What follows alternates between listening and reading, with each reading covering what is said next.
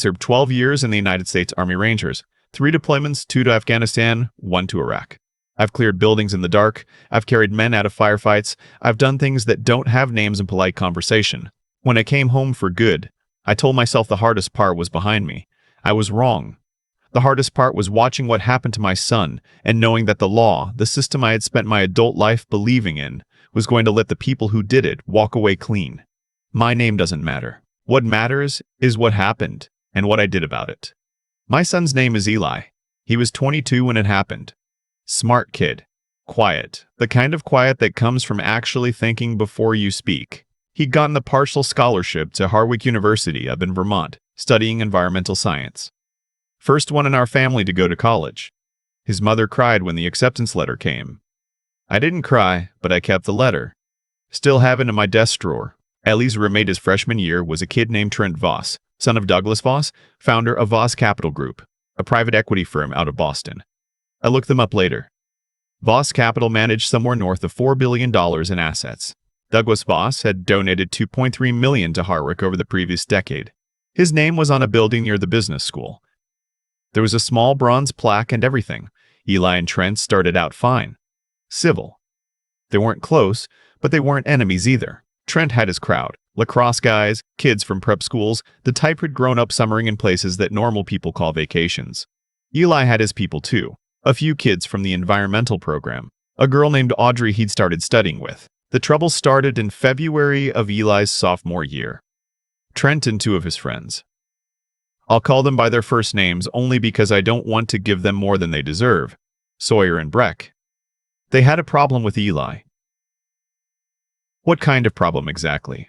What kind of problem exactly? I still don't fully understand. Maybe Eli looked at one of them wrong. Maybe it was just boredom. Maybe when you grow up being told the world belongs to you, you start to believe that includes other people's dignity. One night, Eli was walking back from the library. It was maybe 11:15. The path between the science buildings cuts through a section of campus that doesn't have great lighting. Trent and Sawyer and Breck were waiting for him. What they did took about 4 minutes. They broke 3 of his ribs. They fractured his left orbital bone, the one around his eye socket. They ruptured his spleen. He was on the ground before he even understood what was happening, and they kept going after he stopped fighting back. Eli told me later the last thing he remembered clearly was the sound of his own breathing, this wet, rattling sound that scared him more than anything else. A maintenance worker found him 40 minutes later. My ex-wife called me at 2 in the morning. I was in Fayetteville, doing some private security consulting work. I drove through the night. I don't remember most of that drive. I remember pulling into the hospital parking lot and sitting in my truck for a few minutes because I needed to be in control of myself before I walked through those doors. That's the thing they don't tell you about ranger training. It's great for the field, but it doesn't prepare you for a hospital waiting room. Eli was out of surgery by the time I got there. The spleen repair had gone well. He was going to keep the eye, though there'd be some lasting vision problems. His ribs would heal.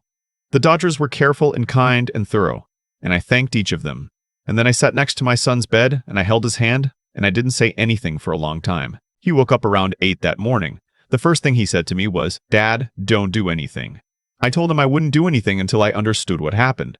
Campus security had already filed a report. The 3 boys had been identified. There were 2 cameras on nearby buildings, and one of them had caught enough of the approach to make ID possible. Harwick's administration contacted us within 24 hours. They were going to take this seriously, they said. There would be a full investigation. They had a process. Trent Voss and his 2 friends were suspended pending investigation. That was the word they used. Pending. Not expelled. Suspended. I hired an attorney. Good one.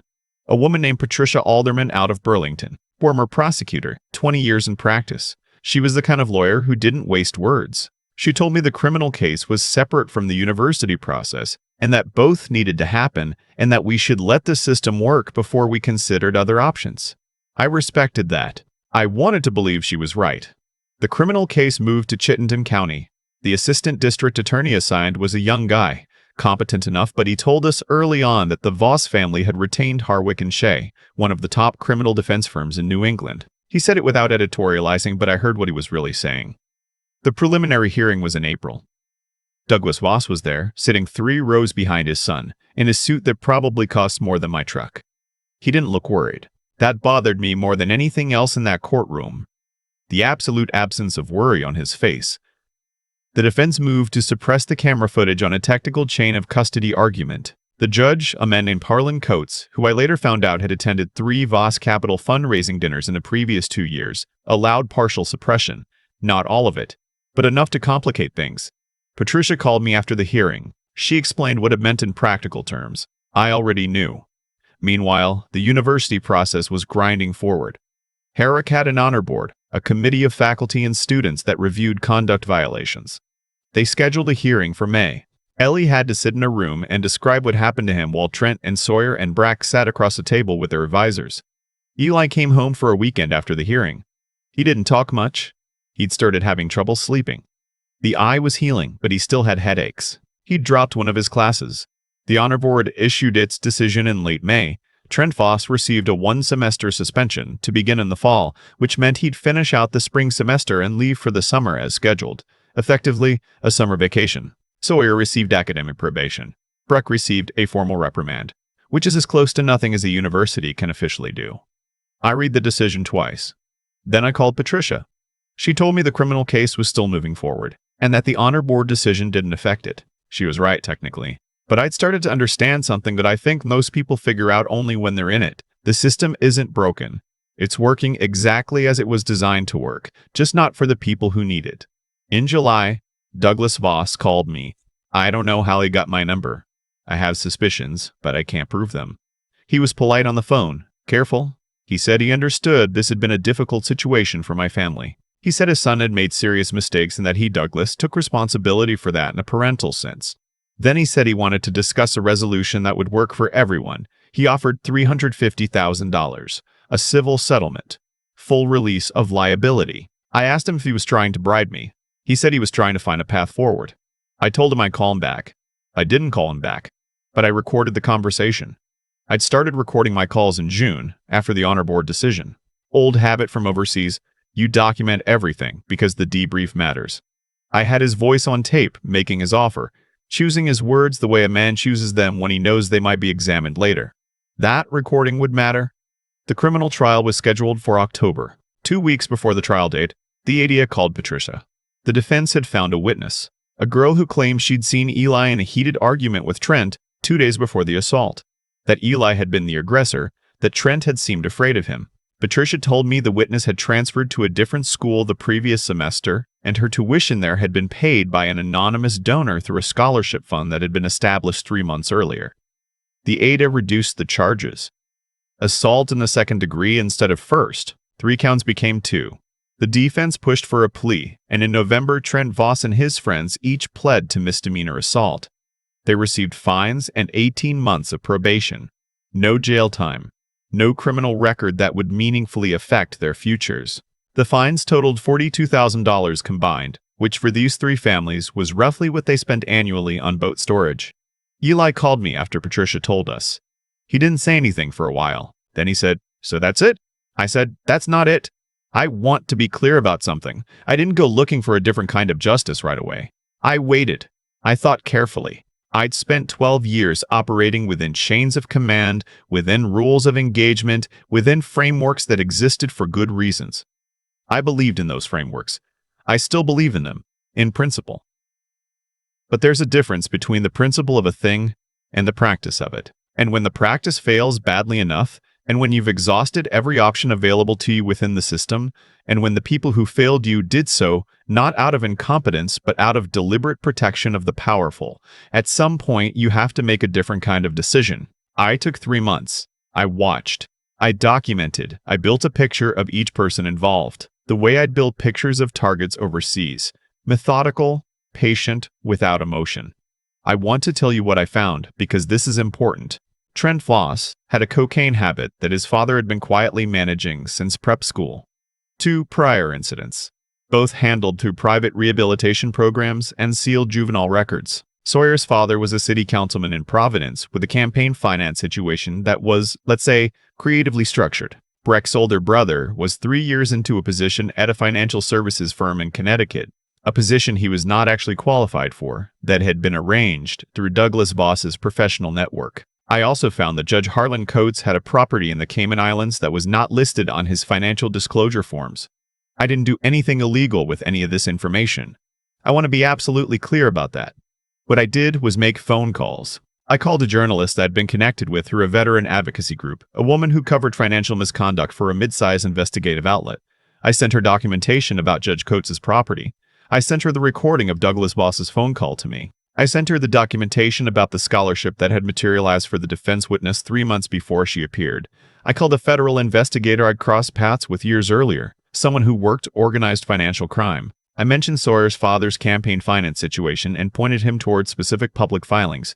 I called the Connecticut Financial Services firm's compliance officer anonymously and described, in general terms, the nature of Breck's brother's qualifications and how his position had been arranged. Then I called Douglas Voss. He remembered me. He was careful again, polished. He asked if I'd thought about his offer. I told him I didn't want his money. I told him I wanted him to understand something. I told him that the recording I had of his phone call had been shared with a journalist, along with documentation that a material witness in his son's criminal case had received anonymous financial assistance that I believed originated from his network. I told him the recording was also with an attorney who had been instructed on what to do with it if anything happened to me or my son. There was a long silence. I told him that Harlan Coates was going to have a difficult few months. I told him that campaign finance violations at the municipal level, while unglamorous, had a way of attracting attention in slow news cycles. I told him that what happened to Eli happens to kids every day whose fathers don't have my particular set of skills and resources. I told him that was wrong, and that he built a life on the assumption that it would never cost him anything. I told him the cost was starting now. He asked me what I wanted. I told him 3 things. I wanted Trent to voluntarily withdraw from Harwick permanently. Not suspension, withdrawal. I wanted Douglas to make a donation of $500,000 to Harwick's financial aid fund, specifically designated for students from low-income backgrounds, publicly, with his name attached, in a way that would be reported. And I wanted him to send a written statement to the university's board, acknowledging that the university's conduct process in this case had been inadequate. He asked why he should do any of that. I told him because the alternative was that everything I'd sent to the journalist would be published. The federal inquiry would proceed with my full cooperation, and the compliance situation at the Connecticut firm would become a formal regulatory complaint. He hired another lawyer to negotiate. It took 6 weeks. In February, about 14 months after Eli was found on that path between the science buildings, Trent Voss filed for voluntary withdrawal from Harwick University. Douglas Voss made a $512,000 donation to the university's financial aid endowment. The statement to the board was made in a closed session, but Patricia obtained a copy through a records request. Judge Coates resigned from the bench in March, citing health reasons. The journalist's investigation ran in April. It was thorough. Sawyer's father's campaign finance situation became the subject of a state inquiry in the spring. He did not seek re-election. Breck's brother left his position at the Connecticut firm quietly the following summer. The compliance officer later confirmed off the record that a review had found irregularities in his hiring. None of this was enough. I want to say that plainly. None of it gave Eli his year back, or the headaches, or the nights he still has trouble sleeping, or the way he flinches sometimes in low-light spaces. Justice in the full sense isn't really available when the harm is the kind that lives in a person's body and memory. I know that. But here's what did happen. Eli went back to Harwick the following fall. He finished his degree. He's working now for a land conservation nonprofit in Colorado, out in the open. A lot of hiking, work that he says makes him feel like himself again. He called me last month from a ridge somewhere outside Durango. It was a clear day and he said he could see for 50 miles. He sounded like my kid. I'm not going to tell you to do what I did. I'm not going to tell you the system is always wrong or that taking things into your own hands is always the answer. I spent 12 years believing in structures and chains of command, and I still believe in the principle of those things. But I will tell you this, if you have trained for anything, if you have any skill at all, any resource, any knowledge, there are ways to operate within the law that most people never consider, because most people never had to think tactically about how power actually works. Most people assume the system will protect them because that's what it says on the front of the courthouse. It doesn't always. You need to know that, and you need to know what you're going to do when it doesn't. Eli and I don't talk about that year very much anymore. But a few months ago he asked me. We were on the phone. He was driving somewhere. He asked me if I'd do it the same way again. I thought about it for a second. I told him yes, without hesitation, every step of it. He was quiet for a moment. Then he said, "Thanks, Dad. That's the whole story. That's all of it. I don't need you to agree with what I did. But I'll tell you one thing about Douglas Voss. He believed that money was the final answer to every problem. He believed that long enough, and thoroughly enough, that it had become the only thing he knew how to think with. He was wrong. There are things money can't fix, and one of them is a man who has nothing left to lose and knows exactly how to be patient about it. I've thought a lot about Douglas Foss since all of this ended, not with anger. The anger burned off a long time ago. I think about him the way you think about a cautionary tale that happened to be real. He was a man who had spent his entire adult life building a wall out of money, and he genuinely believed the wall was permanent. That's not evil exactly. It's something almost more dangerous than evil. It's a total failure to understand consequence. The thing about consequence is that it doesn't announce itself. It doesn't show up when you expect it or in the form you imagined. Douglas Foss paid lawyers and judges and silence for years, and it worked. And because it worked, he stopped believing in the possibility that it wouldn't. That's how it goes with people who operate without accountability for long enough. They don't get more careful. They get more exposed. Every move they make assumes the same rules that have always protected them are still in place. And then one day, the rules change, or the wrong person is sitting across from them, and the whole structure comes apart faster than they ever thought possible. I'm not proud of every decision I made in those 14 months. There are things I do differently, not because they were wrong, but because I was operating on anger for longer than I should have been, and anger makes you less precise. Precision matters. I learned that overseas, and I relearned it at home. When you're precise, you don't have to be loud. You don't have to threaten, you just have to be accurate. What I want to say about Eli is this: he did something that I think took more courage than anything I ever did in the field. He went back to that campus, back to that path between the buildings, back to the life those 3 kids tried to take from him. He finished what he started. He didn't let what they did to him become the defining fact of his existence. That's not something I taught him. I don't know where he got it. Maybe it was always there. But watching him do it was the most important thing I've ever seen.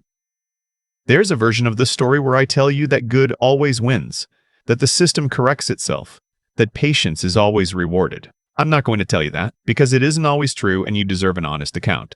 What is true is that the people who accumulate power through the exploitation of others are building on sand, not because of any cosmic law, but because human systems are made of people, and people notice, and records exist, and information moves. The wall holds until it doesn't.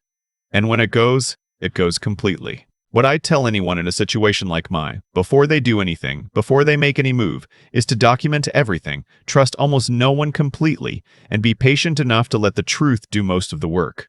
The truth doesn't need your help to be true. It just needs someone patient enough to put it in the right hands at the right time. Eli called me last week. He'd just gotten back from a 2-day field survey out near the Uncompahgre Plateau. He said the aspens were starting to turn. He said he felt good. That's the whole measure of it for me. Not Douglas Foss losing a building dedication, not Judge Coates resigning, not the campaign finance inquiry. All of that mattered, but none of it is the thing I return to. The thing I return to is my son's voice on the phone saying he feels good, in a place he chose, doing work that means something to him. Everything I did was for that phone call.